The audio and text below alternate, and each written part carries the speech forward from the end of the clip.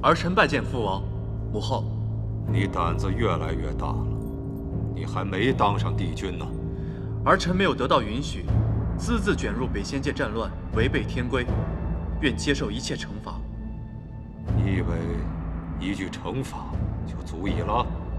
哪一次你擅作主张，冲动行事，不是你主动接受天罚？有多少天罚够你罚的？你花神一职即将卸任，帝君即位不日到来，你是天地星，还那么荒唐，毫无规则，你如何统领中天？如何庇佑子民三界？又如何得以安稳？儿臣知错，所有罪责，儿臣一力承担。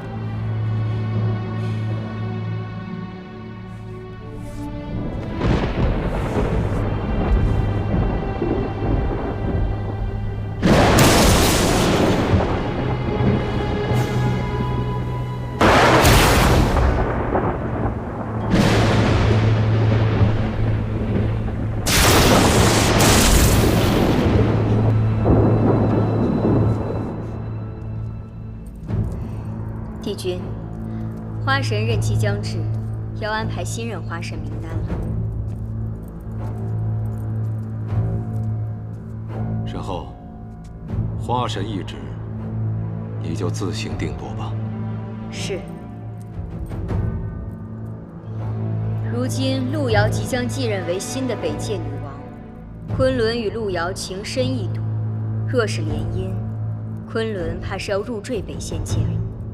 不可，昆仑是我的儿子，路遥必须嫁到我中天来。你终于记起，昆仑也是你的儿子了。身后，你不要一而再、再而三地触犯底线。锦绣不断犯下中天禁令，你却一而再、再而三包容至今。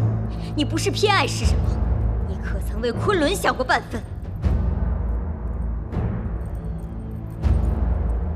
昆仑是我的儿子，但是要当帝君的，只能是锦绣。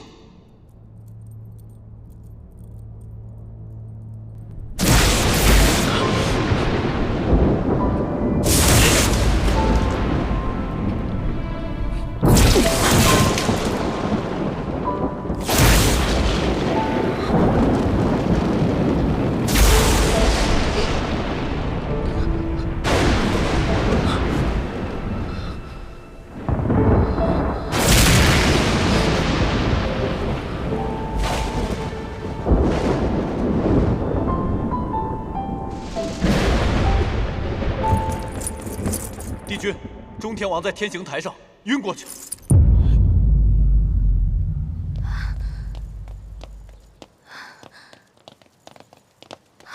母亲，帝君来了。神尊大人呢？伤得很重吗？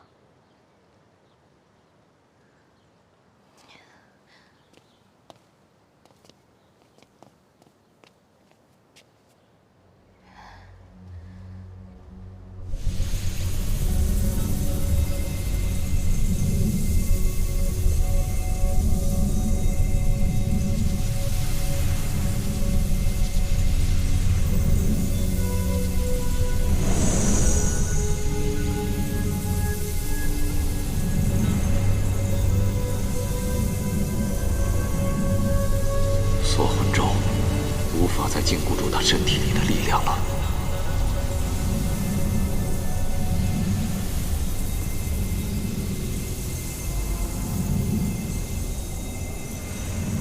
父，不要再浪费法力了。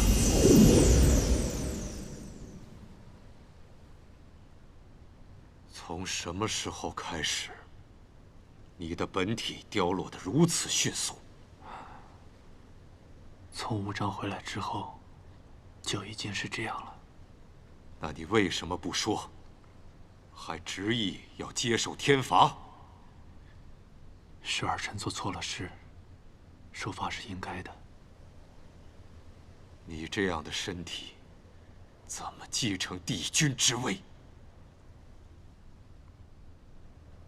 父王，儿臣一直有一件事想与您说。说吧。或许我并不是那个最适合继承天帝之位的人选。不许胡说！你是天道选择的帝君，这就是你的命数。好好养伤，不要离开花神阁。是。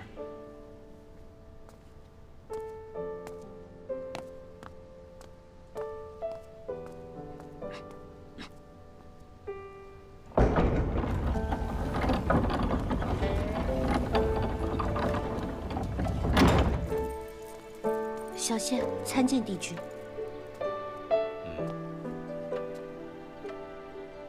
残花园，你照顾得如何呀？小仙承蒙浩恩，努力修行，每日都在照料残花。很好。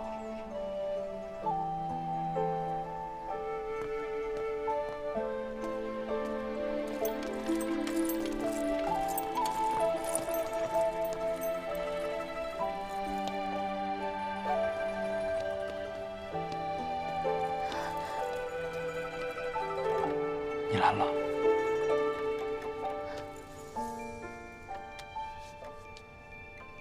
疼吗？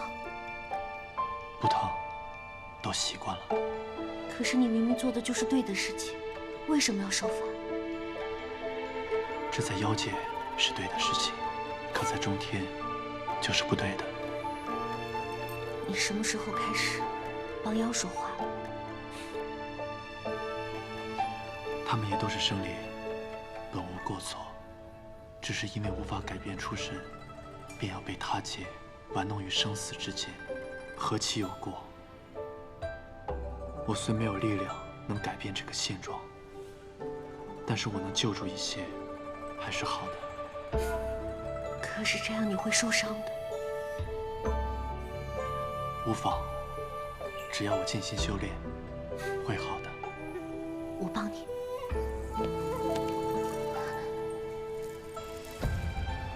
你为了寻我，已经将几乎全部的灵力换给了众仙，千万不要为了我再浪费灵力了。可是你受了这么重的伤，我想帮你，只要能让你好一点就好。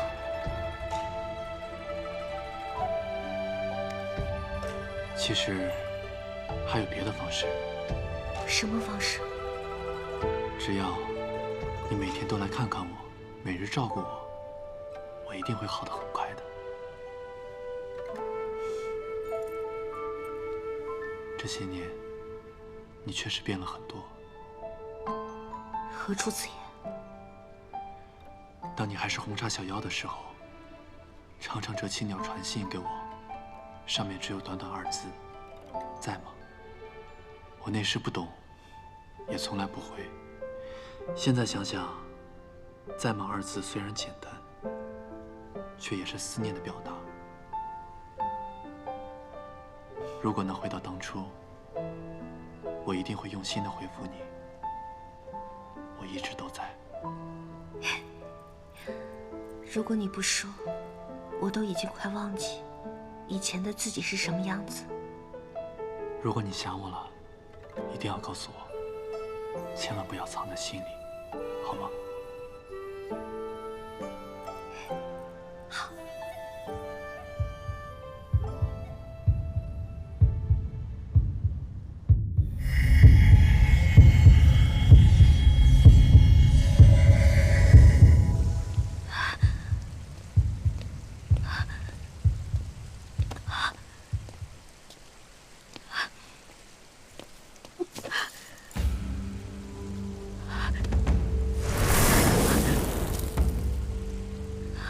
再这样下去，你活不了多久了。你还敢来？现如今我有什么不敢？他刚受完雷刑，不堪重负，我又手握绞龙剑，想取他的性命，轻而易举。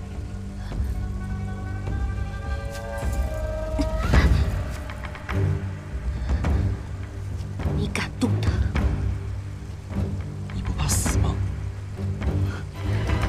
什么时候怕过？凭我现在的力量，足以与这花昭公抗衡。你若回心转意，一切都还来得及。不可能！可你的神尊大人若是知道有着锁心线的存在，你觉得他还会相信你对他的爱吗？他一定会认为你欺骗了他，认为你对他的爱根本就不纯粹。侯宁，这都是你自己选的。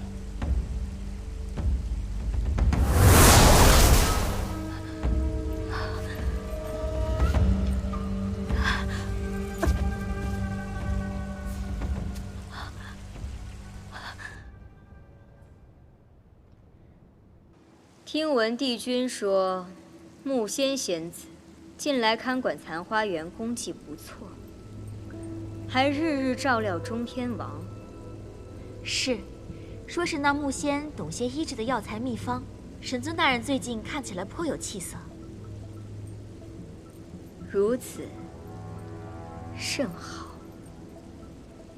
我就将计就计，看看你这红茶妖还能有什么把戏。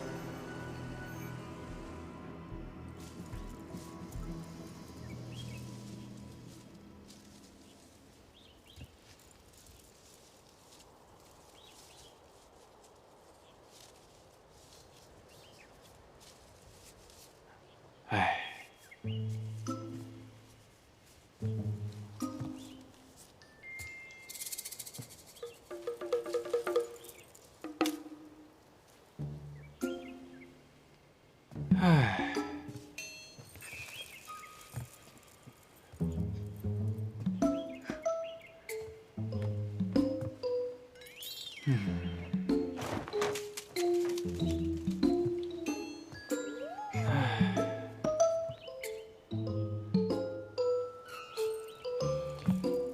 心情不好啊？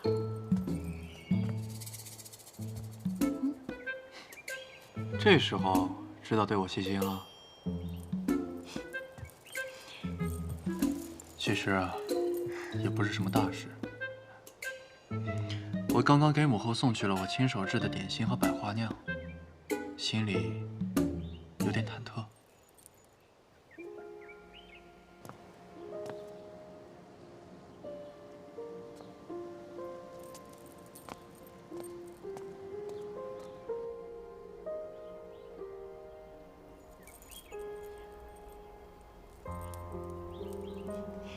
是不是又没做好啊？反正上一世你给我做的时候吧，确实不太好吃。不好吃你也吃了。反正我是可以理解沈后的心情。你是在取笑我吗？你已经得到很多人的喜爱，不可以太贪心。也是，有你啊，我就知足了。木仙，木仙，接旨。神后的任命书到了。天后敕令，木仙仙子救济无章国，渡人无数，巡回天地星，功德卓著。今特命尔为花昭宫之主，掌管花陈令，敕令3届草木。即日起，以花陈身份承办新一届花昭会，以显花昭荣光。接旨啊！哦，哎呀，我走了，走了。我原以为接任花神之位的会是梅仙师，竟没想到母后是让你接受。但我没想好怎么做这花神之位。怎么会如此突然啊？我中天神罚事务繁多，所以早有意卸任花神之位。此次花昭会睽违已久，事关重大，我一定会好好协助你们。怎么了？干嘛那么悲伤啊？哎，怎么还哭上了？哎呀，这新来的花神呐，向来对这花木一族挺尽心的，对咱们啊不会差的啊。你懂什么呀？我们是害怕新花神吗？我们就是舍不得神尊大人。是啊，我们舍不得神尊大人。梅仙士，对呀。神尊大人，此次木仙接任新花神，是中天思量之后的结果。但是这些年，你对花昭宫付出的心血，我都看在眼里。您言重了，这都是小仙应该做的。希望大家能够像辅佐我的时候一样，辅佐新的花神，可以吗？神尊大人，您放心，小仙是花昭宫的花使，无论花神是哪位大人，小仙一定全力以赴。我也全力以赴。木仙接任花昭宫之主的消息一出，宫里众仙都有所非议，想必锦绣神尊也有所察觉，特意嘱咐了菊仙官与梅仙使尽力辅佐于他。他想的倒是周到。哼，我料他们也不敢拒绝。如今木仙已非花木一族，接任花神本就容易招惹非议。锦绣神尊曾许诺过梅仙使花昭公主之位，现在应该一时不满。木仙是红凝一事，众人皆知，只不过谁都不愿意做那个捅破窗户纸的人。可人呐，但凡有所隐瞒，就总会露出些蛛丝马迹。我们现在要做的，就是等这个骗子自己露出马脚。如果有人护着这个骗子，你有没有想过会是什么下场？属下不懂您口中的骗子是何人，属下护着他，只有主人。那朵小红茶如果想得明白，锦绣又何必拖着如此大的一个纰漏招摇过市？你替我好好看着，看看他们是如何应对着悠悠之口。是，主人。神尊大人，你觉得我应该接着花神之位吗？你是怎么想的？论地位、出身、修为，我都不合适。母后设立以下，不好拒绝。但我才入中天不久，我怕我修为不够，做不好。不要太担心，我会保护好你的。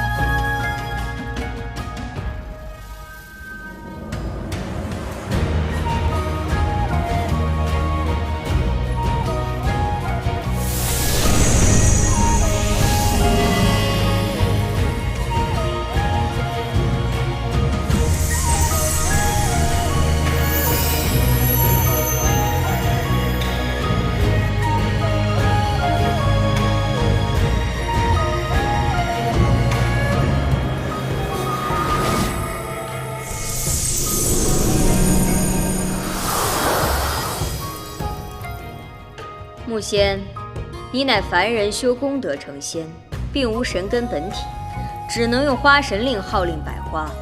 这神印含着万年灵力，可助你掌控花神令。但你更需日日精修，有朝一日或许仍旧可以修出神根本体。从今往后，你便是花昭宫之主，切记护好花木一族。谢神后，木仙一定不负厚望，守护好花木一族。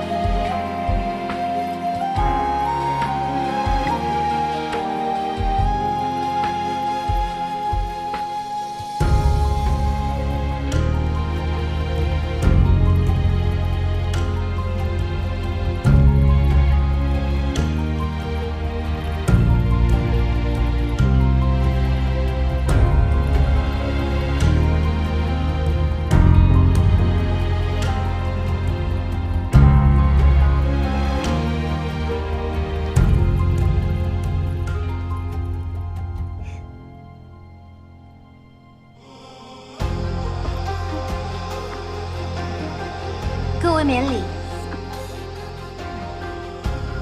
我受天道福泽，成为仙子，如今主持花昭宫，我对这里还有很多不熟悉的地方，还希望各位花仙子鼎力相助，我一定会竭尽所能，维护我花木一族。木仙花神，即日起，这花神之令便由你成事。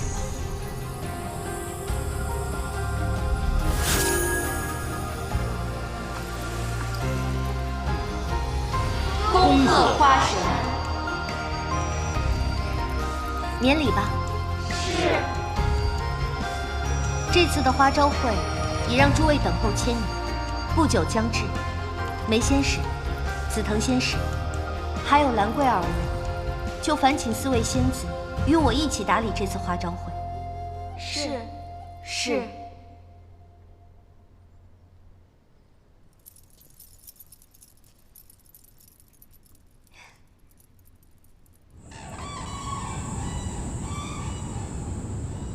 今天是你作为花神的第1天，感受如何？以前都是神尊大人千叮咛万嘱咐，要我遵守宫规。那个时候我什么都不懂，反而把你气个半死。现在，我倒成了那个管理规矩的人，反倒有些不习惯了。还好意思说，进花昭宫的第1天便闯了9园，喝得像团烂泥，被仙娥当成了花茶男，请学问所未闻。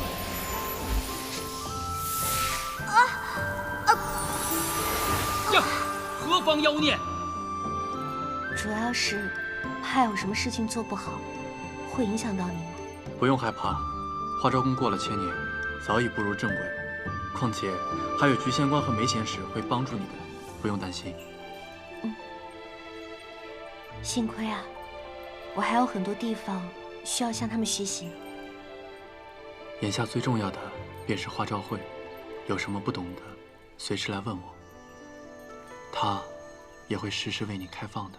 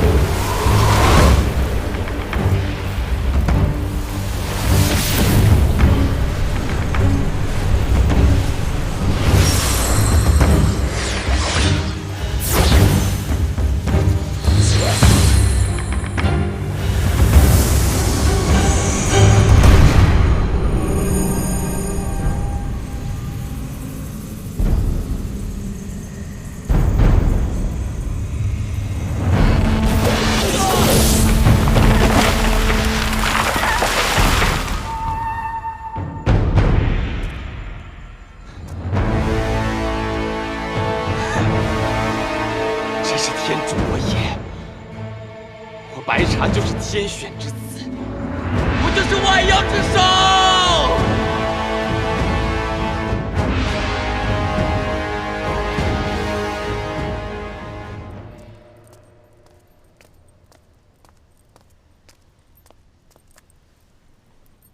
参见木仙花神。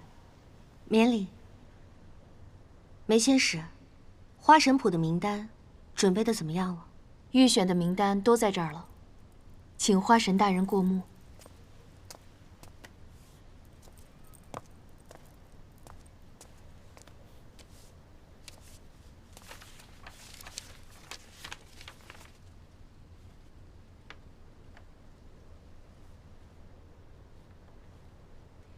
听闻地界有一株蒲公英立了天劫，怎么上面没有他的名字啊？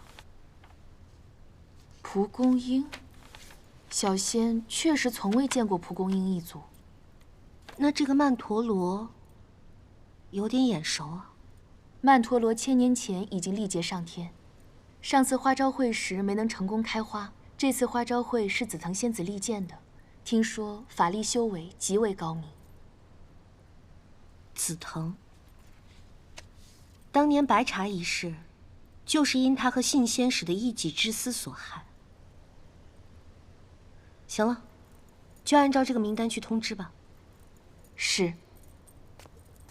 对了，花神大人，请吩咐。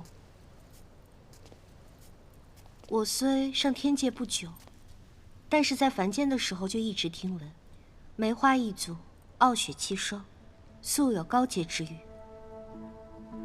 花神大人过誉了。你一直是神尊大人最信任的人之一，我把花神谱交给你，也是觉得你不会被他人所左右，你是最公正的。小仙不敢妄自尊大，谢花神大人提醒。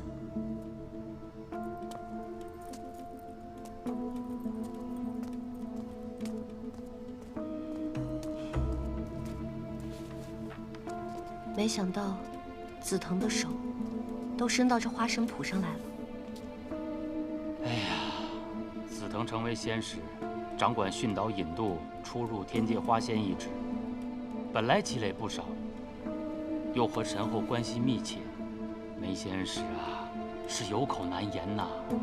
当年白茶就是因为紫藤和杏仙使被他们以权谋私所害，没想到现在梅仙使也是这样，真的太让人失望了。您看，我还以为您改变不少呢，其实啊，一点都没变。你这话什么意思啊？您看啊，以前的红茶妖呢，是个傻不拉几、天不怕地不怕的主，而现如今呢，虽然内敛了一些，可他内心里啊，还是那个玩世不恭、无所畏惧的小红茶。我说了，我不是。不是，您不是。哎呀，我说句话，您听了可别生气啊。你说。从前那小红茶呢，虽然是蠢是莽撞，但是他有一颗天上地下难得一见的赤子之心。这颗心呐，是我见过的无价之宝。我希望他千万别把这稀世珍宝给丢了。赤子之心的确动人，但也很脆弱，保护不了自己，更保护不了别人。我懂，您还得保护神尊大人呢。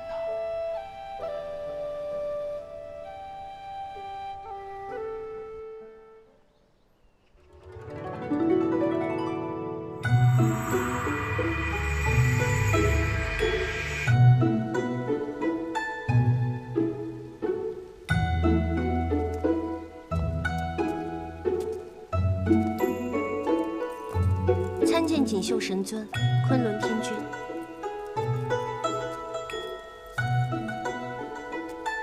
木仙化神，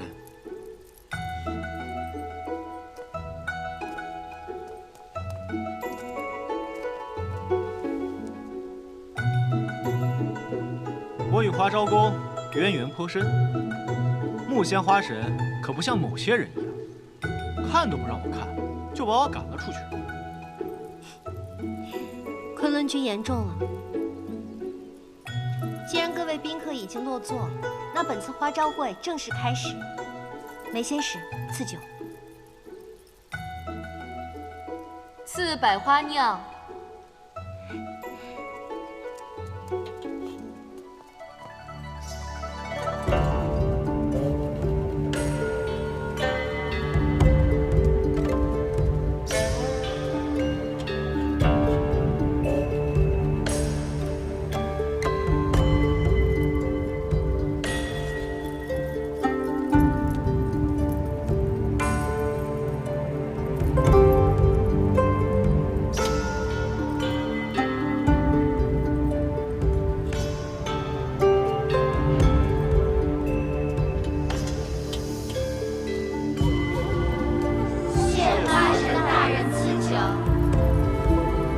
花招会也有1000年没有举办，此次花招会，我会按照百花盛开来修订花神谱。花木一族的兴衰，在你们平日各自的修行。我希望，无论此次甄选结果如何，你们都要严加修行，自我督促。倒还有些你的样子。多花，梅仙使，开始甄选吧。是。献花礼开始，杜鹃花一族献礼。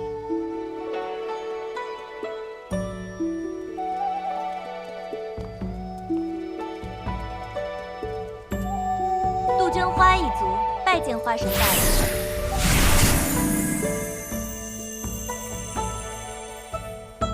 蔷薇花一族献礼。蔷薇一族拜见花神大人。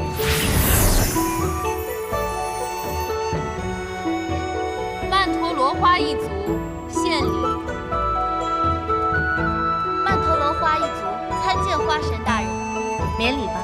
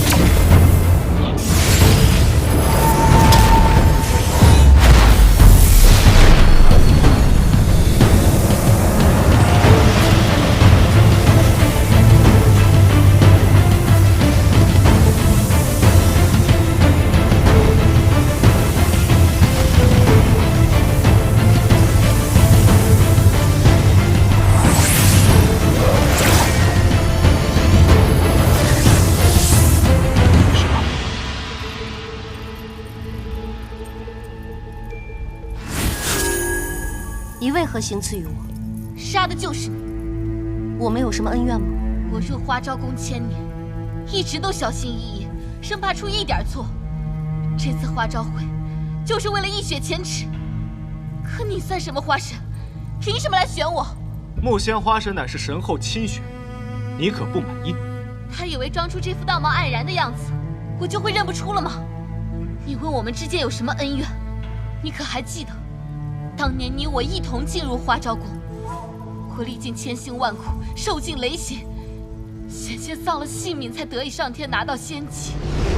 可你一个连仙级身份都没有拿到的小妖，就可以凭借神尊大人的垂怜，在花昭宫里肆意妄为。真羡慕你，一进宫就受到神尊大人的喜欢，不像我，干又脏又累的活儿。我要是能像你一样就好了。这个给你吧，很好喝的。原来是你！你搅得花昭宫天翻地覆，弄得天界一片混乱，害得锦绣大人下凡历劫，几生几世你都还不清。你以为换了个身份，以前那些就全一笔勾销了吗？我一直盼着能上花神谱，我苦苦修炼1000年，一直等着下一次花招会。好不容易盼来了，凭什么是你来定夺我的命运？凭什么？木仙拯救了无章数万人性命，才得以飞天成仙，岂能容你智慧？救了万人性命，若不是他下界，可能根本就不会有灾难。他在哪里，纷争就到哪里。他成为花神，定也会为花昭宫带来灾难。一派胡言！来人，把他带下去。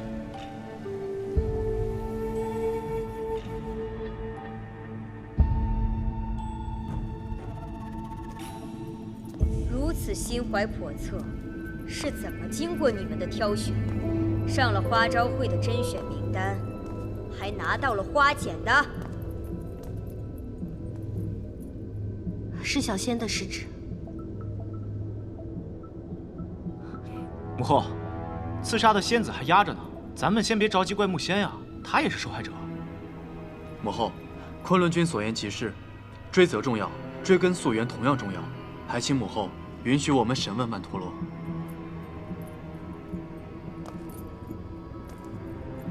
我本看在木仙与你亲近，尽心照顾你的份上，允他做了花神。这上来第一次花招会，他就捅了这么大的篓子，难道我还问不得了？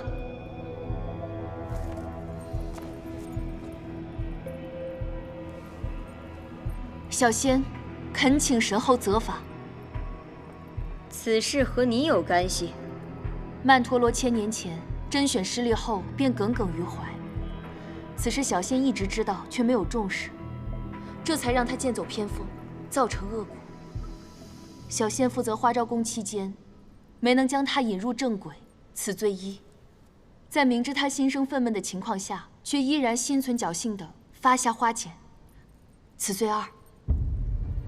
小仙惶恐，不敢面对自己的错误，没能在第一时间出来承认，此罪三。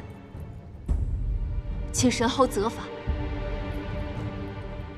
你说的美妆美剑皆是事实，可是你依旧解释不了，为何他会指认木仙就是那红茶妖？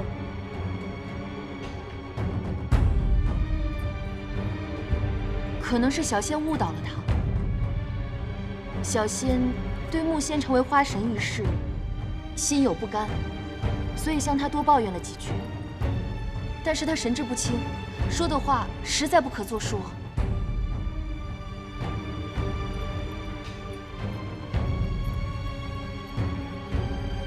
锦绣，你这花招宫可真热闹。若那曼陀罗所言是真，那你可真是所托非人。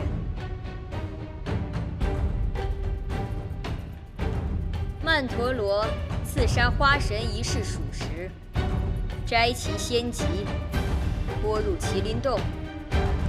锦绣，你意下如何？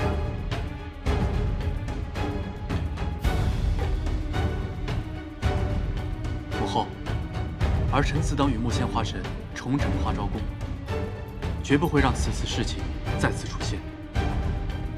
木仙掌管不力，监控不严，当罚。锦绣，你可别太护着。儿臣明白。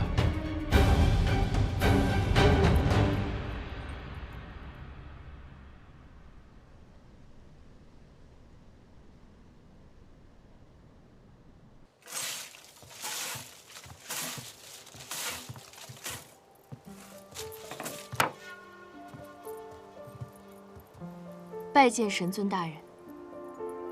梅仙使，今日之事，多谢你。神尊大人在说什么？小仙听不明白。我知你是为了木仙，才一力承担所有罪责。你本不用如此。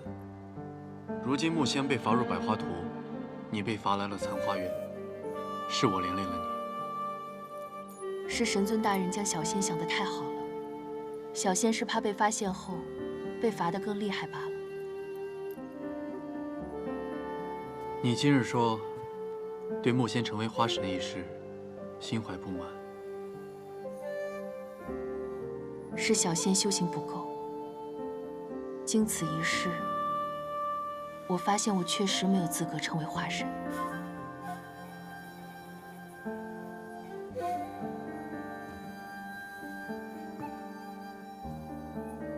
梅仙使，我有一事想问。神尊大人，请讲。你在准备花神谱名单的时候，写下曼陀罗的名字，真的是心存侥幸吗？你受累了。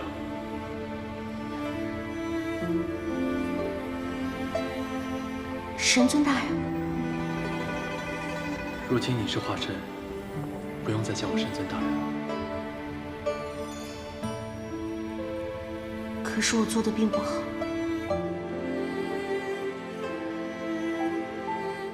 这并不怪你。神尊大人，你什么时候能继承帝业啊？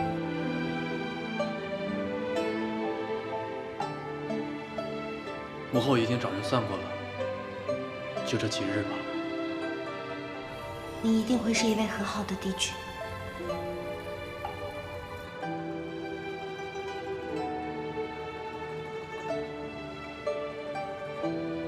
其实，我并不想当帝君。为什么？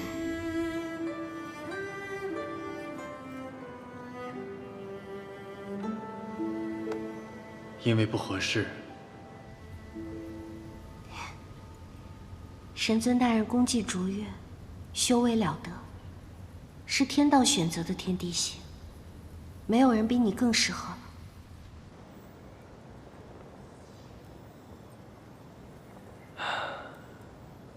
我父王是一个有着雄才伟略的神，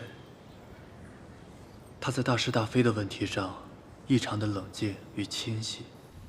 可我呢，我常常会被一些细小的情感所裹挟。数千年来，我好像永远做不了干脆的决定，就算做了，也会怀疑它到底正确与否，甚至有的时候执行神法之后，还会经常夜不能寐。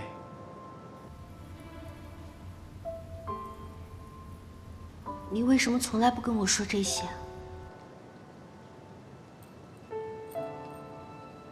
因为我不想影响你啊。那你的母后呢？冷静、睿智、福慧双修。可我好像永远都不能靠近他。都是因为你这个哥哥以身作则。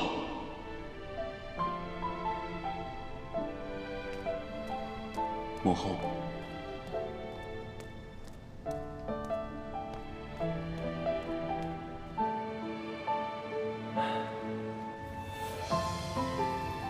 所以，在给他送点心后，你会心情忐忑。也不知他有没有收下。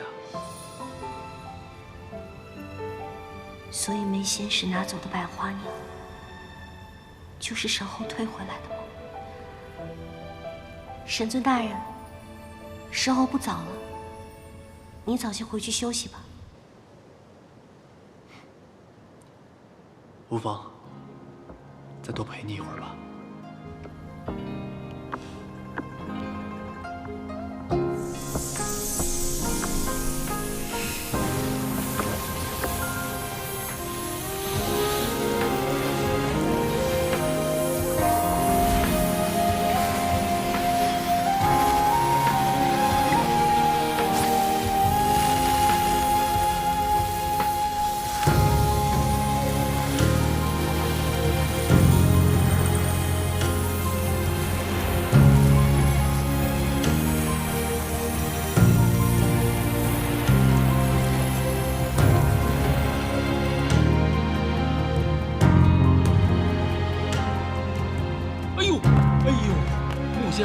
您终于回来了。百花图过了这么久，也是没什么变化。哎呀，以后您可不能再进去了。哎呀，木仙花神进入百花阁。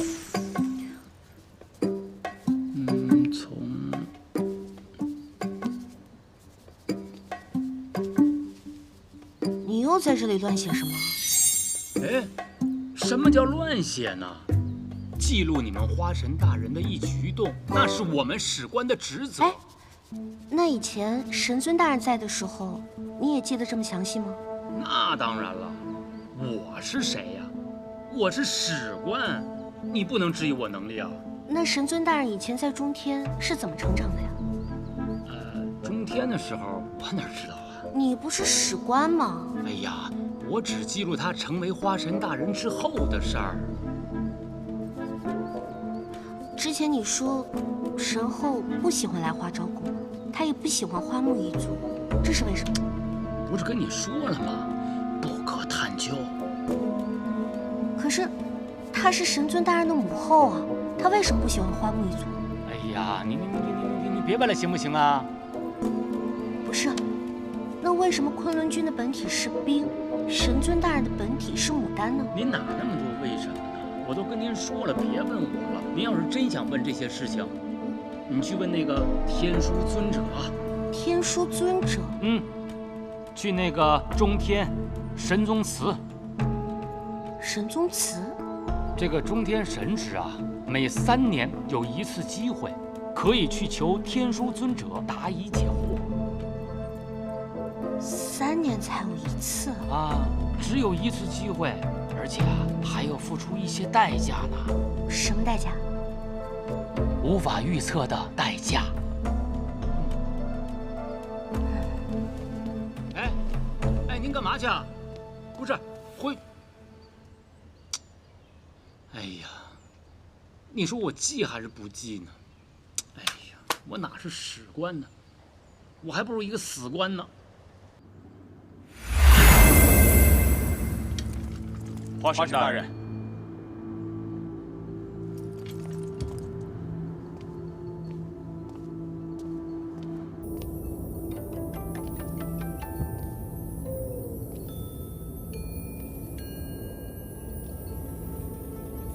小仙木仙，微职花神。今日前来，无意打扰天枢尊者，是想问一些关于神尊大人的事情。我与神尊大人渊源颇深，我想知道如何治愈神尊大人身上的伤。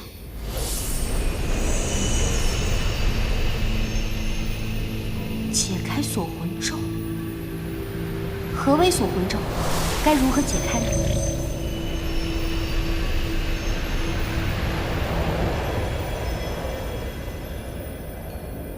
究竟是谁在压制他的力量？小仙还想知道，神尊大人为何一直得不到他母后的宠爱？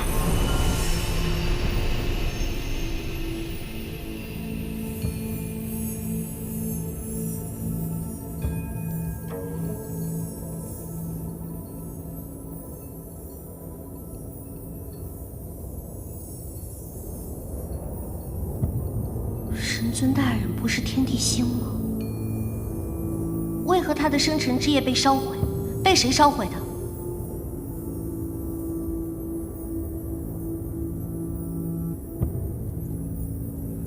难道锦绣的身世另有隐情？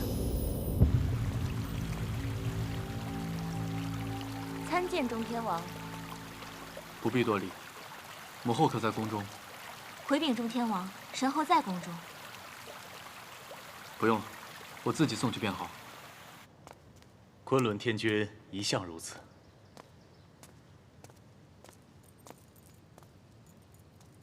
母后，下去吧。是。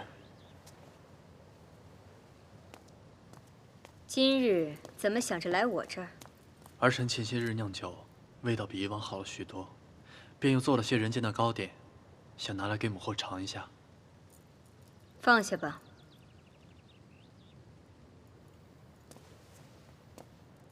请母后尝尝。我说了，放下吧。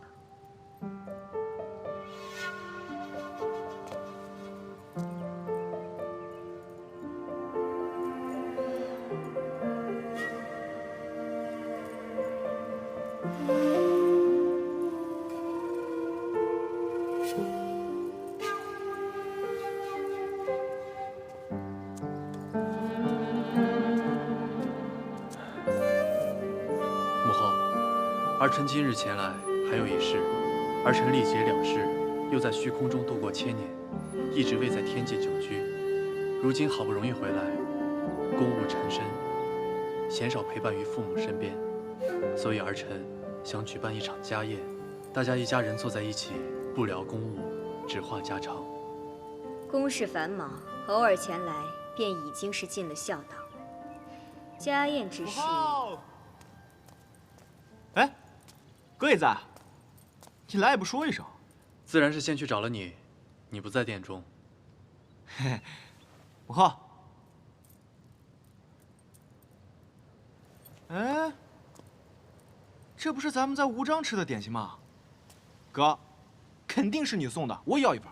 已经往你那儿送了一些了。真不愧是我哥。嘿，啊，母后，是不是打断你们说话了？在说什么吗？并无大事，只是我想举办一场家宴，征求母后的意见罢了。家宴？我们从未举办过家宴。中天这么久以来，也只有像宴池会这样的盛会，才是大家聚集的时候。除此之外，基本上没有单独相处的时间。那这样说起来的话，家宴倒也意义非凡了。母后，您觉得呢？若是你们尚且清闲，那便办吧。谢母后。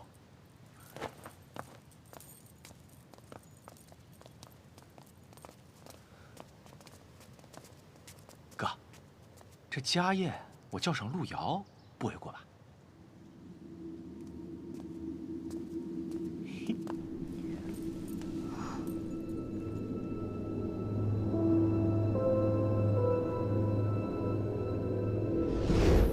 我与神尊大人渊源颇深，我想知道如何治愈神尊大人身上的伤。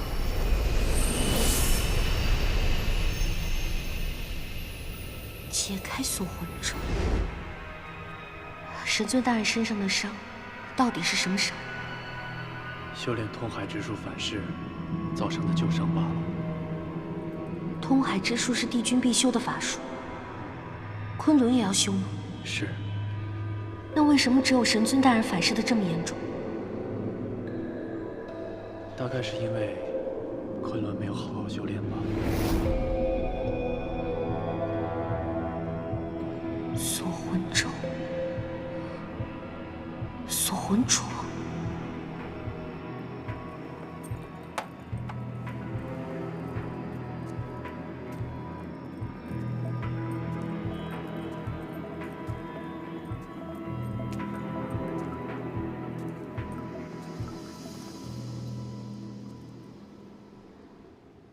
阿九，该吃药了。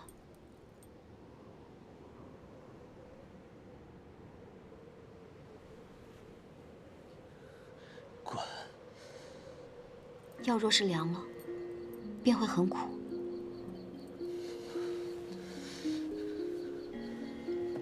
我让你滚！你为什么带我回北仙界？为什么？我是你的姐姐，这里是你的家。我最后再告诉你一次，你还有北仙界，跟我没有半点关系。我没有姐姐，没有家。阿九，别碰我！阿九，北仙界如今百废待兴，我只有你一个亲人了。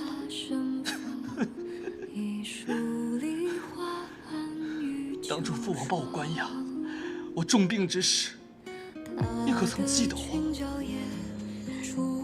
父王把我扔进麒麟洞，你又在何处？你说我们是姐弟，是亲人。这万年来，你只做你高贵在上的九尾狐天女，而我只不过是人人喊打的三尾狐狸。我们从来都毫无瓜葛。阿九，对不起。如今我已经有能力保护你了，有我在，谁也别想再欺负你了。滚！你给我滚！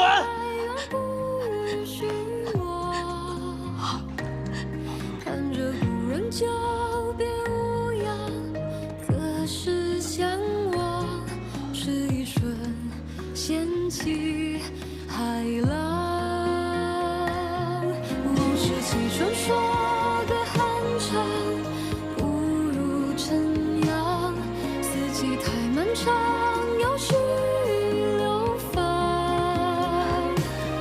看着故人来日方长，不畏风霜，待归来人间不忘。往事几传说隔酣畅，不如尘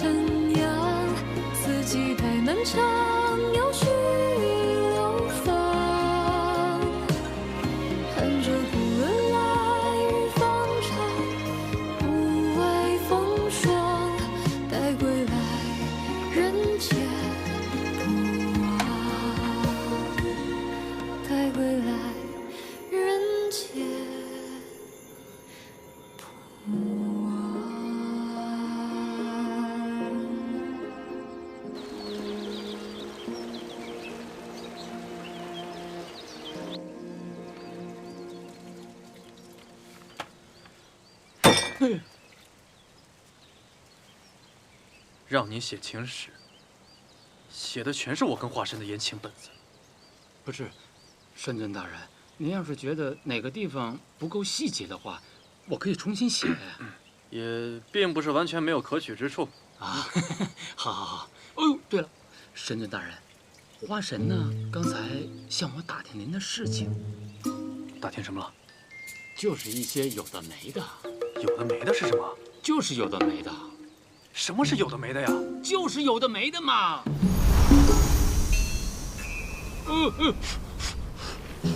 不是，我这是干嘛呀？不要。居县官，我现在越来越觉得跟你有距离感了。啊？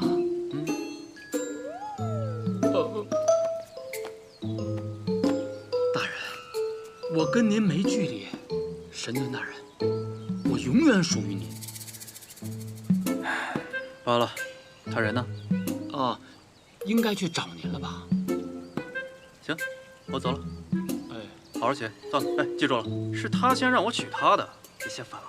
没问题，明白。写的不错。哎，嘿嘿嘿嘿，大人，我永远属于您。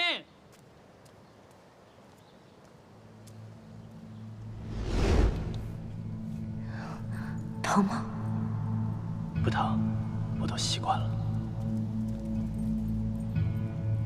那不是锦绣给神后做的点心吗？解开锁魂咒？不行，我不能让他们伤害锦绣。花神大人，花神大人，花神大人呐，您去哪儿了？神尊大人到处找您呢。哎呀！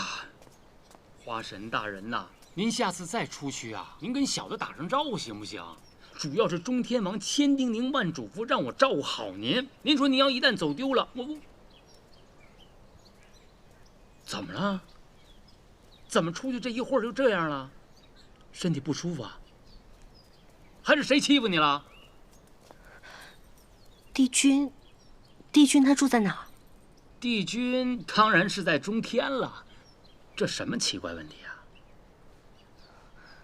哎，花神大人，花神大人，我这什么意思啊？这是小神木仙求见帝君。大人，参见帝君需要提前通知的。但我有急事要找他。大人，请不要为难小仙了。木仙，中天王。前来找父王，所谓何事？即使成了花神，也很难见到帝君吗？中天历来规矩繁琐，你若是有急事，可以直接告知于我，我去跟我父王讲。也没事，只是曼陀罗一事让我发现，有妖怪混上天界刺杀天神，也不是那么难的事情。那如果有人要刺杀帝君的话，怎么办？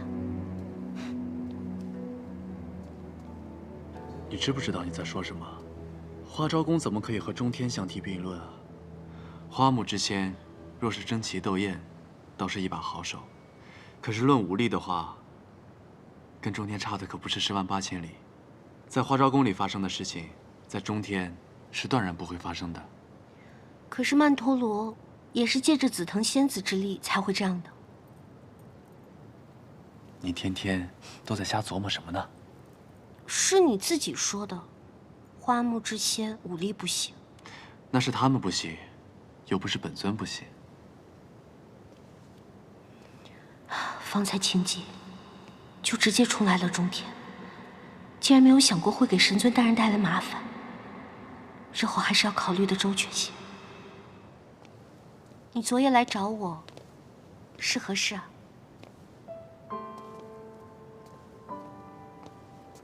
我已求父王母后允我一场家业。家业？在无章一事，虽然那时的我父母双亡，但是有救父救母的疼爱。每到逢年过节，或者是重大值得庆祝的时候，都会举办一场家宴。一家人坐在一起，聊聊近况，聊聊轶事，不亦乐乎。所以神尊大人，你是想在中天办一场家宴？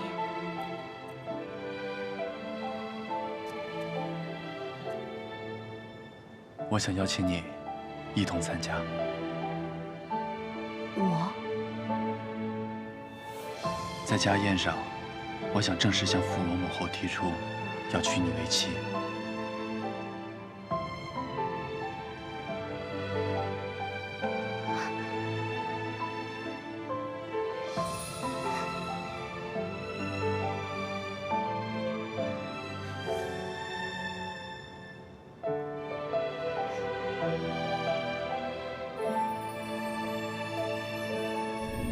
锦绣想要办一场家宴，臣妾已经同意了。他下凡历劫，尽学这些没用的东西。他也是一片心意。天地星历劫，唯他失踪去了虚空。三界倾尽全力寻找，更是费了诛仙1000年时光，想必也是过意不去。行了，你不要为他说情了。不过是一场家宴而已。就让他办吧。但是在这之后，天地星归来，继任一事，这才是大事。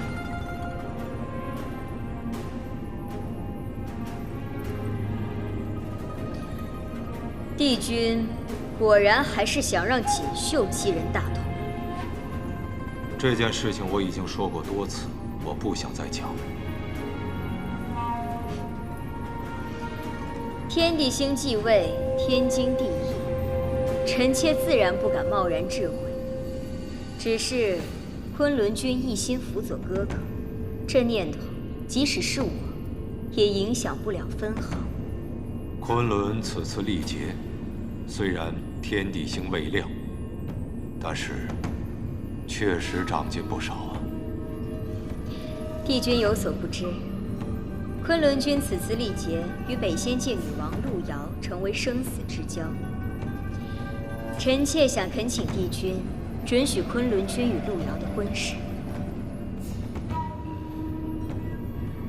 如此一来，北仙界就会成为我中天不可撼动的助力，就像当年神后与我相助一般。正是。好，这桩婚事我准了。谢帝君。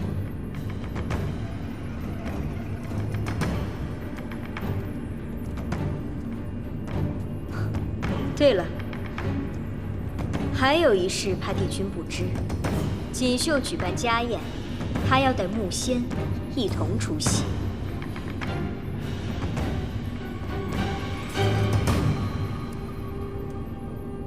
红茶小妖，当初就不该留你。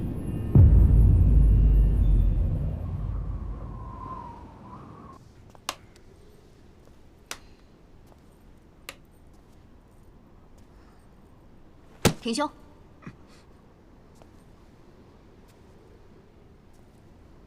抬头。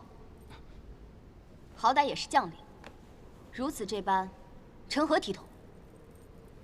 如何为下面的将士做出表率？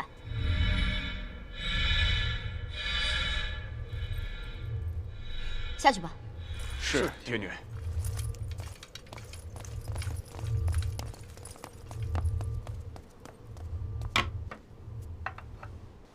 你又喊我做什么？原来你在啊！你已经失去我2天了，有没有觉得心里空落落的？或者有没有需要我帮你带带兵？或者有没有感受到我很想你啊？你找我就为了说这个？当然了。其实也不全是了，我有一件很重要的事情想跟你说。今天我哥向母后请办了家宴，这是中天从未有过的，所以我也不知道是什么样子的。你脑子里又在想什么？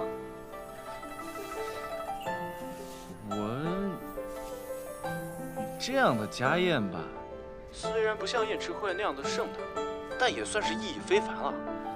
我自然是希望与你同在了。既是家宴，与我何干？哎，你可不能翻脸不认人啊！我告诉你啊，你可是夺走了我的初吻，我反正生生世世就赖着你了。你要是不过来，我就过去把你打横了抱。家宴何时？几日之后。昆仑，北仙界如今百废待兴，我作为一界之主，不能坐视不理。我知道，家宴对你而言至关重要，但对我来说，最为重要的是重振北仙界。你要是这样说的话，待北仙界重回安定之时，我即刻前去种田。那应该是我去北仙界为你庆贺。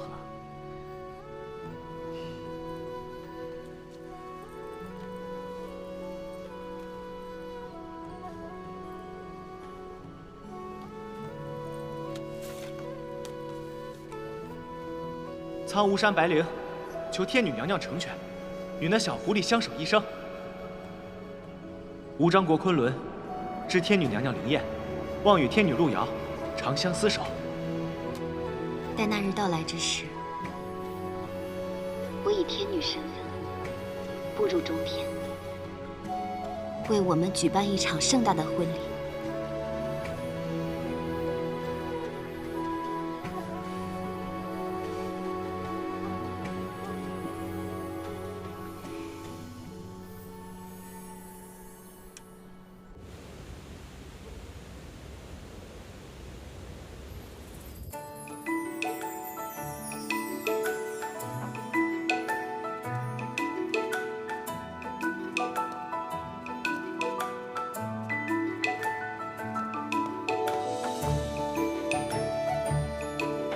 哟，这等景象竟然能在中天见到，稀奇稀奇啊！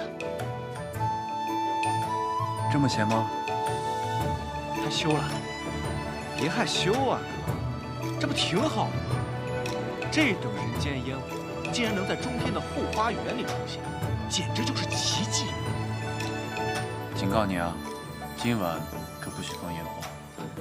怎么会呢？我怎么会砸我哥的场子呢？昆仑，你觉得怎么样？好啊，自然是特别好啊。中天王，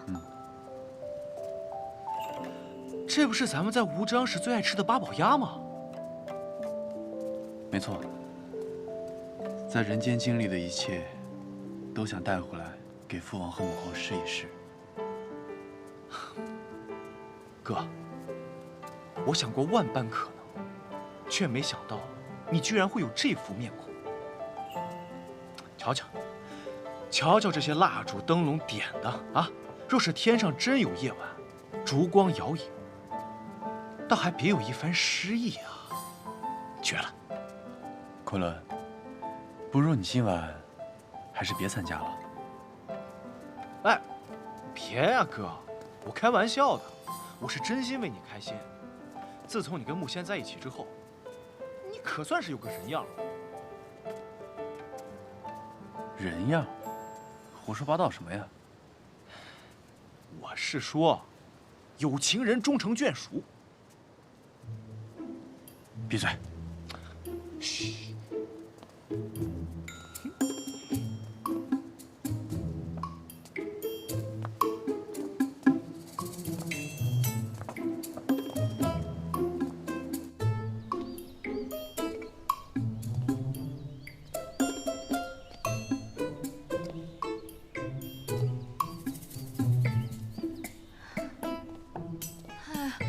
我也没啥见识，也不知道这神仙家宴到底什么规格、什么制式，这到底穿哪个好啊？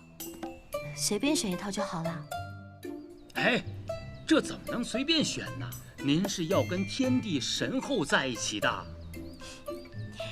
天地神后，我已经见过很多次了。这一次不一样，以前你见他们呢啊，你是代表你自己，木仙花神。这一次可不一样，这一次是家宴。你，木仙，那是未来神尊大人的神后啊，他们的儿媳妇儿。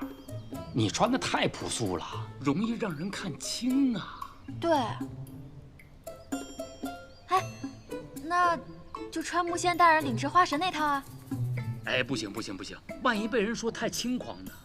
这也不行，那也不行的，怎么如此事多？哎，我事儿多，哎，你事儿不多啊？你这忙也帮不上，那忙也帮不上的，你怎么那么无用啊？你别跟我说话。花神大人，这是中天芒的家宴，有天帝，有神后，还有昆仑天君，咱们花昭宫可不能输了阵仗啊！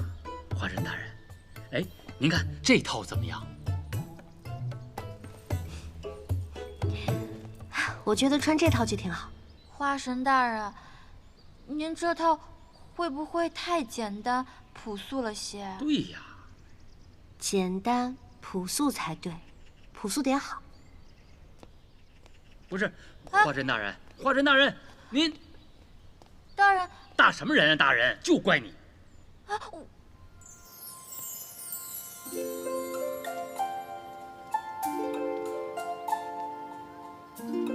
这中天居然有了烟火之期，如何？让我想起带我见舅父舅母那次。你喜欢就好，我忐忑了许久呢。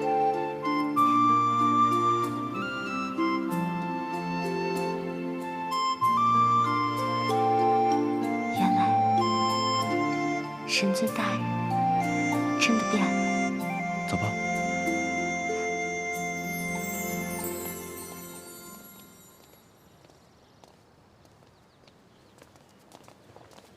父王，母后。帝君，神后。锦绣有心了，不想我中天还能有这般景象。谢母后。你是中天帝君的继位者，你应该把更多的心思放在你的继位大典上。是。坐吧。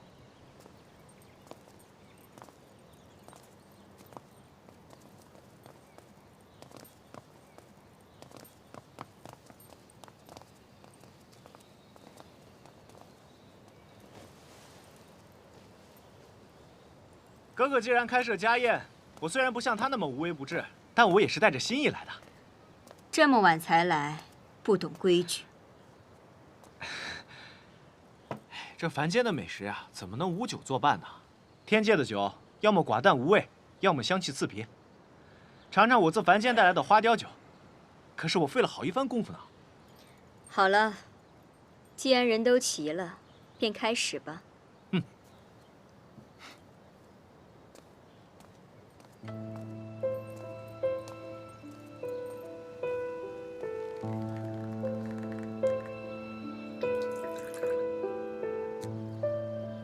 这是我离瑶天最近的一次。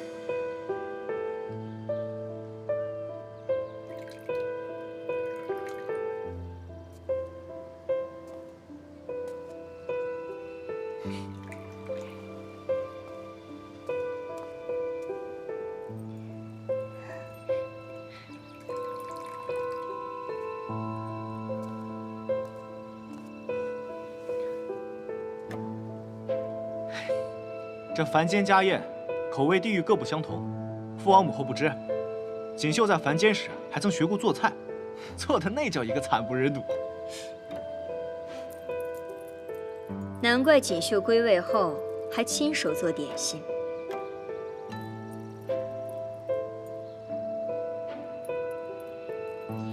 木仙已成花神，如今无论是做派还是谈吐，的确没有初上天时的小仙模样了。让神后见笑了。木仙上天界以前，也在凡间修行，不知木仙仙子家中家宴，可有什么不一样的地方？木仙自幼无父无母，从来没有举办过家宴。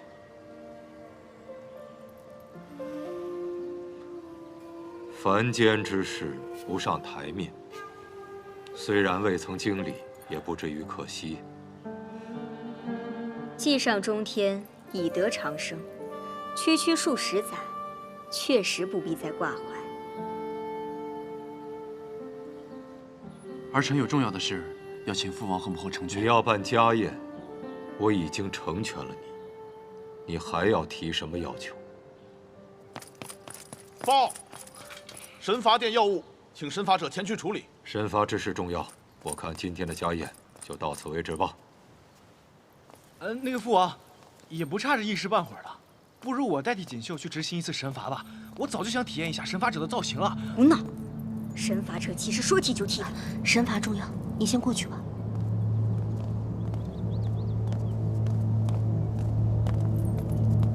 父王，儿臣想恳请你准许儿臣和木仙成婚。放肆！我念你天地星历劫不易，对你已经是万分宽容了。你竟然得寸进尺，怠慢守护中天的责任。为了这个女子，你连自己是谁都忘了吗？父王，这两者并不矛盾。哼，不矛盾。当初你和北仙界天女退婚，埋下隐患。如今，如果不是昆仑和路遥定下婚约，北仙界早就因为你脱离中天的掌控了。如今你继位在即，还在这里浪费时光，为了这个女子布下凡间禁忌，你要干什么？你这不是儿戏吗？父王，昆仑，不必再替你哥求情了。神罚要务，你为什么还不去？父王，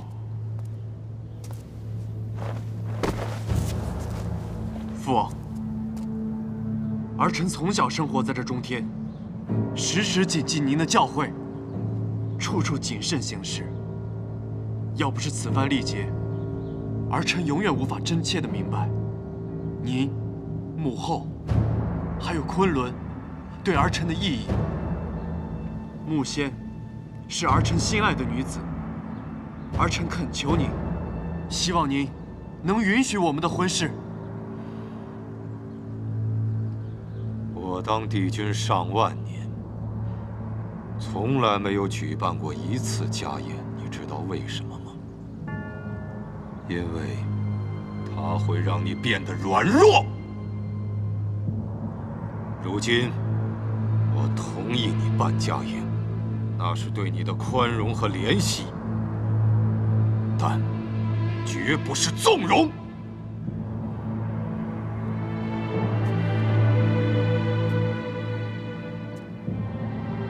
你归来已久，居然还是没有想明白，还是目光短浅，不顾大局。